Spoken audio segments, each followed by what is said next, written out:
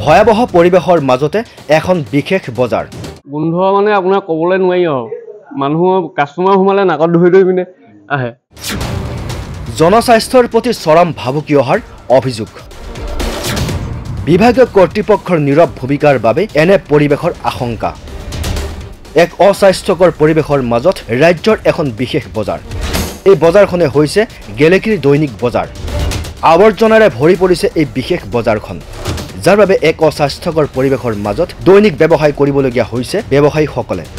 আনহাতে এক ভয়াবহ পৰিৱেশৰ মাজতে দৈনিক নিজৰ ঘৰখনৰ বাবে মৌলিক প্ৰয়োজনীয় সামগ্ৰী বজাৰ কৰিবলৈ আহে গ্ৰাহকসকলেও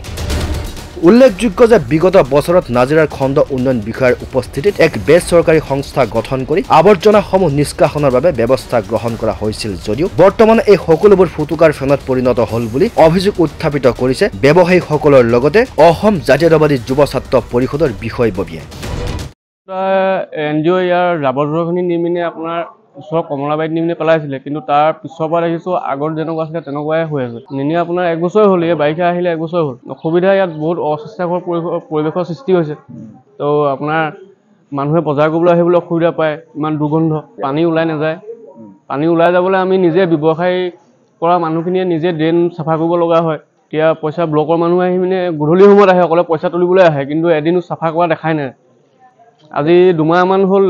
আপোনাৰ হাত খোৱাই পইচা তোলাই নাই লেচেৰিয়ে পইচা তোলাই নাই ব্লকৰ মানুহে আহি পিনে তুলি আছে গোন্ধ মানে আপোনাৰ ক'বলৈ নোৱাৰি আৰু মানুহৰ কাষ্টমাৰ সোমালে নাকত ধৰি ধৰি পিনে আহে তো মানে দিনটো 12 ঘণ্টা আমি ইয়াতে থাকোঁ তো আমাৰো স্বাস্থ্যৰ ক্ষতি হয় এইটোৱে অনুৰোধ যাতে ইয়াৰ এটা ডাঙৰ ডাষ্টবিন এটা হ'ব লাগে আৰু ডেইলি ইয়াৰ জাবৰ জোঁথৰখিনি চাফা কৰিব লাগে ড্ৰেইনটো ক্লিয়াৰ কৰিব লাগে জনস্বাস্থ্যৰ প্ৰতি ভাবুকি কঢ়িয়াই অনা গেলেকীৰ দৈনিক বজাৰ আৱৰ্জনাৰ পৰা উৎপত্তি হোৱা দুৰ্গন্ধময় পৰিৱেশৰ পৰা সোনকালে পৰিত্ৰাণ বিচাৰিছে দল সংগঠনৰ লগতে ব্যৱসায়ীসকলে আপোনালোকে দেখিবলৈ পাইছে আজি গেলেকী অঞ্চলৰ দৈনিক এই বজাৰ প্ৰেক্ষাগৃহৰ যেটো চৌপাশে যিবিলাক আৱৰ্জনা জাবৰ জোঁথৰে ভৰপূৰ হৈ গৈছে এক দুৰ্গন্ধময় পৰিৱেশৰ সৃষ্টি হৈছে দুৰ্গন্ধ ওলাইছে 1 বছৰমানৰ আগতে আমি সংবাদ মাধ্যমৰ যোগেদি আমি জানিবলৈ পাইছিলোঁ যে মহকুমা প্ৰশাসন বিডিঅ আৰু ইত্যাদি ধৰণৰ বিষয়বাবদ থকা বহুতো ব্যক্তি আহি পিনে এটা সুস্থিৰ পৰিৱেশৰ এটা আলোচনা কৰিছিলে যেটো পৰিৱেশত যে তেওঁলোকে কৈছিলে যে আমি দৈনিক এই যিবিলাক জাবৰ জোঁথৰ যিবিলাক ইয়াত আৱৰ্জনা ইয়াত গোট খাই এইখিনি আমি আগফালৰ ডাষ্টবিনৰ ব্যৱস্থা কৰিম আৰু